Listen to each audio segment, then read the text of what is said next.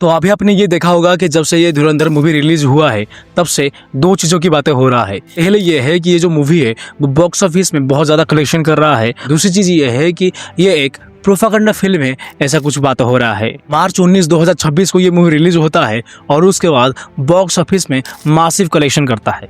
लेकिन इसकी जो चर्चा है सिर्फ एंटरटेनमेंट के लिए नहीं बल्कि एक पॉलिटिकल स्टीम बन गया है, इसके लिए भी हो रहा है। तो जो अपोजिशन वाले हैं वो लोग ये कह रहे हैं कि ये जो मूवी है वो बीजेपी और आरएसएस का जो एजेंडा है उसे पुश कर रहा है और डीमोनेटाइजेशन को एक मास्टर स्ट्रोक दिखा दिया जो नरेंद्र मोदी है उनकी ओरिजिनल स्पीच के साथ। और इसके साथ साथ जो ये अपोजिशन वाले हैं वो लोग अतीक अहमद का जो आईएसआई के एजेंट के साथ जो कनेक्शन है उस चीज़ का भी मुद्दा उठा रहे हैं और इसके साथ साथ ये भी कह रहे हैं कि ये मुस्लिम को टारगेट किया जा रहा है और एक कम्युनल प्रोपेगेंडा बोल के इस मूवी को बॉयकॉट करने के लिए बोल रहे हैं। लेकिन जो इस मूवी को सपोर्ट कर रहे हैं वो लोग ये कह रहे हैं कि प्रोपेगेंडा कुछ भी नहीं है बल्कि पाकिस्तान का जो फेक करेंसी रैकेट है, terror funding, criminal political nexus सब एक्सपोज हो रहा है इस मूवी के माध्यम से। और ये भी कह रहे हैं कि कांग्रेस के टाइम पे जो मूवी था उस टाइम पे जो पाकिस्तान को बहुत ज़्यादा सॉफ्ट दिखा रहे थे। और एक चीज़ भी कंट्रोवर्सी में आ रहा है कि इस मूवी में गीता का श्लोक क्यों दिखाया जा रहा है। तो यदि गीता का श्लोक दिखाना गलत है तो फिर ये क्या चीज़ है।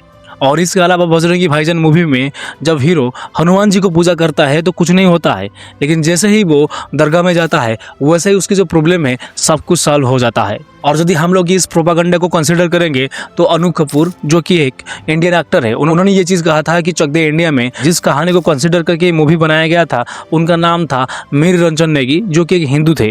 लेकिन हमारे देश में ये है कि जो मुसलमान है उनको अच्छा दिखाना जरूरी है, इसीलिए जो हीरो का नाम रंजन नेगी से चेंज करके कबीर खान रखा गया था। तो आज इस वीडियो के माध्यम से हम ये बात करेंगे कि जो नोटबंदी हुआ था उसका जो रियल इम्पैक्ट था वो क्या चीज़ था और इसके अलावा अतीक अहमद का जो केस दिखाया गया है वो कितना ज़्यादा एक्यूरेट है फिल्म में, वो चीज़ भी बात करेंगे। और इसके साथ साथ पहले कैसे मूवियों में जो मुस्लिम एजेंडा को फैलाया जाता था वो कैसे फैलाया जाता था उस चीज़ के बारे में बात करेंगे।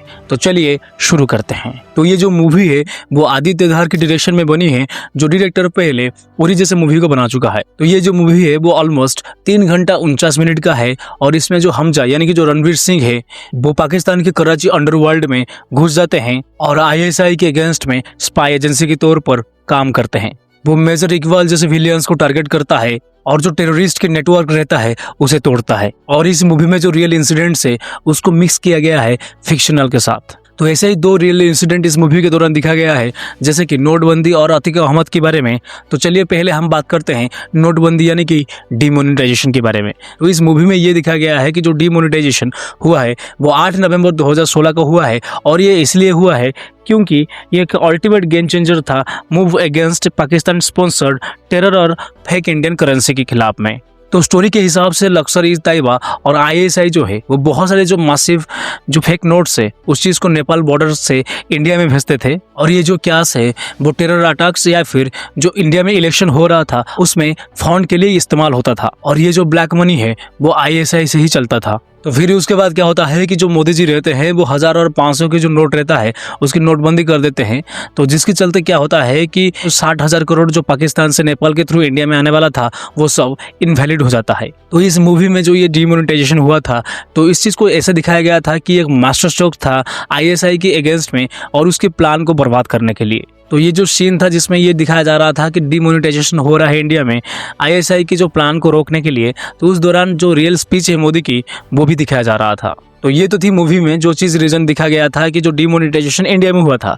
लेकिन जो रियल फैक्ट है वो क्या कहता है, वो जिस टाइम पे ये डीमोनेटाइजेशन को लॉन्च किया गया था उस टाइम पे गवर्नमेंट ने भी सेम रीजन दिया था कि जो ब्लैक मनी है उसे रोकना है और इसके अलावा जो फेक करेंसी सर्कुलेट हो रहा है उस चीज़ को भी रखना है और जो टेरर फंडिंग हो रहा था उस चीज़ को कट करना है। और कुछ रिपोर्ट्स में सच में क्रॉस बॉर्डर जो फेक नोट्स रैकेट्स थे उस चीज़ के बारे में डिस्कस हुआ था और इसके अलावा नेपाल पाकिस्तान लिंक्स डिस्कस भी हुए थे इंटेलिजेंस में। लेकिन इस डीमोनेटाइजेशन को लेकर जो क्रिटिक्स और इकोनॉमिस्ट्स है वो लोग कहते हैं कि ये जो नैरेटिव है वो बहुत बड़ी मिसलीडिंग है, क्योंकि आरबीआई की ऑफिशियल रिपोर्ट के मुताबिक लगभग 99.3% जो पुराने नोट थे वो सब बैंक में रिटर्न आ चुके थे, यानी कि बहुत कम जो है वो ब्लैक मनी जो है वो डिस्ट्रॉय हुए थे। और उन लोगों का ये भी कहना है कि जो फेक करेंसी के बारे में बात हुआ था तो उसका जो इम्पैक्ट है वो भी बहुत ज़्यादा लिमिटेड था, क्योंकि 2016 में डीमोनेटाइजेशन हुआ था तो उसके बाद 2017 और 18 में जो नया नोट लॉन्च हुआ था उसका जो फेक करेंसी है इवन इफ की और हायर क्वालिटी में सर्कुलेट होने लग गया था। और इसके अलावा जो इकोनॉमिस्ट थे वो लोग ये भी कह रहे हैं कि ये जो पॉलिसी है, ये जो डीमोनेटाइजेशन की पॉलिसी लाया गया था वो बहुत ज़्यादा डिसरप्टिव था, जिसके चलते जो इकोनॉमी है वो डाउन हुई। इसके अलावा नौकरियां लोगों की गई और जिस टाइम पे डीमोनेटाइजेशन हुआ था उस टाइम पे लोगों ने जो लाइन में खड़ा हुए थे उसकी वजह से परेशान भी बहुत हुए थे, लेकिन जो टेररिस्ट को लेकर जो मुद्दा उठाया जा रहा था वो बहुत ज़्यादा कम था। तो उनका ये कहना है कि इस मूवी में सिर्फ जो डीमोनेटाइजेशन की जो पॉजिटिव साइड है उस चीज़ को ही सिर्फ दिखाया गया है, ना कि जो नेगेटिव साइड है उस चीज़ को बिल्कुल भी दिखाया नहीं गया है। इसीलिए जो अपोजिशन से वो लोग ये कह रहे हैं कि एक प्रोपागेंडा मूवी है और बीजेपी की जो पॉलिसीज है उस चीज़ को ग्लोरीफाई करने के लिए रियल इवेंट्स को सिलेक्टिवली इस मूवी के दौरान यूज किया गया है। लेकिन जो लोग इस मूवी को सपोर्ट कर रहे हैं वो लोग ये कह रहे हैं कि ये मूवी में बहुत ज़्यादा एंटरटेनमेंट है और इसके अलावा फैक्ट इंस्पायर किया गया है, ऑडियंस को सच का जो एसेंस है वो समझ में आता है। तो ये तो थी डीमोनेटाइजेशन के बारे में जो इस मूवी के दौरान दिखाया गया था। और इसके अलावा और एक चीज़ भी दिखाया गया था कि अतीक अहमद जो कि गैंगस्टर था उसके बारे में भी दिखाया गया था। तो असल में ये जो अतीक अहमद है वो कौन था? तो ये जो अतीक अहमद था वो उत्तर प्रदेश में mafia don, murder, extortion, land grabbing, kidnapping सब कुछ कर चुका था। तो वो डॉन से एक पॉलिटिशियन भी बना था और इसके अलावा समाजवादी पार्टी से एमपी और एमएलए भी बन चुका था। लेकिन सबसे शॉकिंग बात यह था कि 15 अप्रैल 2023 को प्रयागराज में पुलिस कस्टडी में मेडिकल चेकअप के लिए ले जाते हुए लाइव टीवी में कैमरे के सामने 3 गनमैन ने गोली मार दी और पूरी दुनिया इस चीज़ को देखा। तो ये तो थी रियल बात है अतीक अहमद के बारे में। लेकिन अतीक अहमद को फिल्मों में कैसे दिखाया गया है? तो धुरंधर मूवी में जो अतीक अहमद है उसको ऐसे दिखाया गया है कि वो जेल के अंदर रहकर भी वो बहुत ज़्यादा पावरफुल है और जो फेक करेंसी है वो पाकिस्तान से इंपोर्ट कर रहा है नेपाल के थ्रू इंडिया में, और वो टेरर फंडिंग में इन्वॉल्व है। और इसके अलावा जो आईएसआई के एजेंट था मेजर इकबाल, उसके साथ इसका क्लोज अलाय भी है। और जैसे उसकी रियल लाइफ में उसकी मौत हुई थी लाइव टीवी के दौरान, तो उसी तरह ये सीन क्रिएट भी किया गया था। लेकिन ये तो थी मूवी में देखा गया है कि अतीक अहमद का जो कनेक्शन है वो आईएसआई एजेंट के साथ था और इसके अलावा जो फेक करेंसी है वो क्रॉस बॉर्डर से लेकर आता था इंडिया में। लेकिन क्या सच में ऐसा होता था? तो कुछ पुलिस इन्वेस्टिगेशंस और एफआईआर्स में ये दिखाया गया है कि जो अतीक है वो कन्फेंस किया था कि वो उसका क्रॉस बॉर्डर लिंक था, लश्कर-ए-तैयबा या फिर आईएसआई नेटवर्क से आता था। फेक करेंसी या फिर टेरर फंडिंग के कनेक्शन भी मेंशन हुए थे कोर्ट के रिकॉर्ड्स में। और यूपी पुलिस ने यह भी क्लेम किया था कि जो अतीक अहमद है उसका कनेक्शन इंटरनेशनल अंडरवर्ल्ड गैंग के साथ भी था। तो जो सपोर्टर्स है इस मूवी का वो ये कह रहे हैं कि ये फैक्ट बेस्ड है, लेकिन जो लोग इस चीज़ को अपोजिशन कर रहे हैं वो लोग फुल एंग्री मोड में हैं। तो समाजवादी पार्टी के एसटी हसन ने ये कहा है कि पब्लिसिटी टैक्टिक है, और अबू आजमी जो कि समाजवादी पार्टी से है उन्होंने ये कहा है कि जो अतीक अहमद है भले ही वो डॉन था लेकिन आईएसआई एजेंट बोलना इलॉजिकल है। और फॉर्मर राज्यसभा के जो एमपी थे केसी त्यागी, उन्होंने ये कहा है कि ये जो मूवी है वो एक कम्युनल प्रोपेगेंडा मूवी है। और इसके साथ साथ जो अपोजिशन से वो लोग ये कह रहे हैं कि जो अतीक अहमद है भले ही वो क्राइम्स करता था लेकिन आईएसआई लिंक्स को फैब्रिकेटेड किया गया है पॉलिटिकल एजेंडा के लिए। तो ये तो थी दो इंसिडेंट जो कि इस मूवी के दौरान दिखा गया था रियल चीज़ों में इंस्पायर्ड होकर। तो अब बात करते हैं कि क्या सच में ये एक प्रोपेगेंडा मूवी है जो कि पहली बार आया है, या फिर इससे पहले बॉलीवुड में कभी प्रोपेगेंडा मूवी आया है या फिर नहीं आया है। तो बहुत सारे ऐसे मूवीज है जो कि 80s और 2000 में आया था, जिसके दौरान जिस मूवियों में ये दिखाया गया था कि पाकिस्तान बहुत ज़्यादा सॉफ्ट है। और इसके अलावा यदि हम लोग मुगलों के बारे में बात करेंगे उनको भी ये दिखाया गया था वो कितने ज़्यादा अच्छे थे। जैसे कि मुगल आजम और जोधा अकबर में ये दिखाया गया था कि जो मुगल थे वो कितने ज़्यादा अच्छे थे। और बहुत सारे ऐसे मूवीज़ में ये भी दिखाया गया है कि जो टेरर अटैक्स हुए हैं उसमें रिलीजन या फिर पाकिस्तान का कोई भी डायरेक्ट इन्वॉल्वमेंट नहीं है।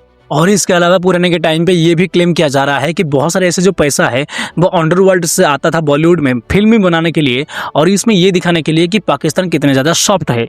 लेकिन इस मूवी को जो लोग सपोर्ट कर रहे हैं वो लोग ये कह रहे हैं कि पहले के टाइम पे भी इंदिरा गांधी के ऊपर मूवी आई थी, इवन कि पीएम मोदी के ऊपर भी मूवी आई थी, लेकिन वो जो मूवी है वो फ्लॉप हुई थी। लेकिन अब जब स्ट्रॉन्ग एंटी टेरर और प्रो मोदी एरा फिल्म्स आते हैं तो प्रोपागेंडा बोलते हो। तो पहले के टाइम पे बहुत सारे ऐसे बॉलीवुड मूवीज आई थी जिसमें जो मुस्लिम कम्युनिटी है उनको कितना ज़्यादा अच्छा दिखाया गया था और उनकी जो रिलीजन है उसको भी दिखाया गया था और उस चीज़ को पुश किया गया था, जैसे कि ये सीन एक बार देख लो। और इसके अलावा जो शौर्य मूवी है उसमें ये दिखाया गया है है कि जो पाकिस्तान है उनके जो एजेंट्स है वो कितने ज़्यादा अच्छा है और अपनी जो इंडिया के एजेंट्स है उसको कितना बुरा दिखाया गया है, वो इस मूवी के देखने के बाद आपको पता भी चल जाएगा। और यदि हम लोग चक दे इंडिया की बात करेंगे तो उस केस में भी सेम है। तो उसमें क्या हुआ था कि रंजन नेगी का नाम चेंज करके कबीर खान रखा गया था, ताकि ये दिखाया जा सके कि हमारे देश में जो मुस्लिम कम्युनिटी है वो कितने अच्छे हैं। और इसके अलावा कई सारी मूवीज़ है जिसमें इस चीज़ों को बहुत अच्छे तरीके से दिखाया गया है कि जो मुस्लिम कम्युनिटी है वो कितने ज़्यादा सॉफ्ट है और पाकिस्तान कितने ज़्यादा सॉफ्ट है। इवन इफ की जो बजरंगी भाईजान है उस मूवी में भी ये दिखाया गया था कि जो हीरो रहता है वो हनुमान जी को पूजा करता है लेकिन उसका कुछ नहीं होता है,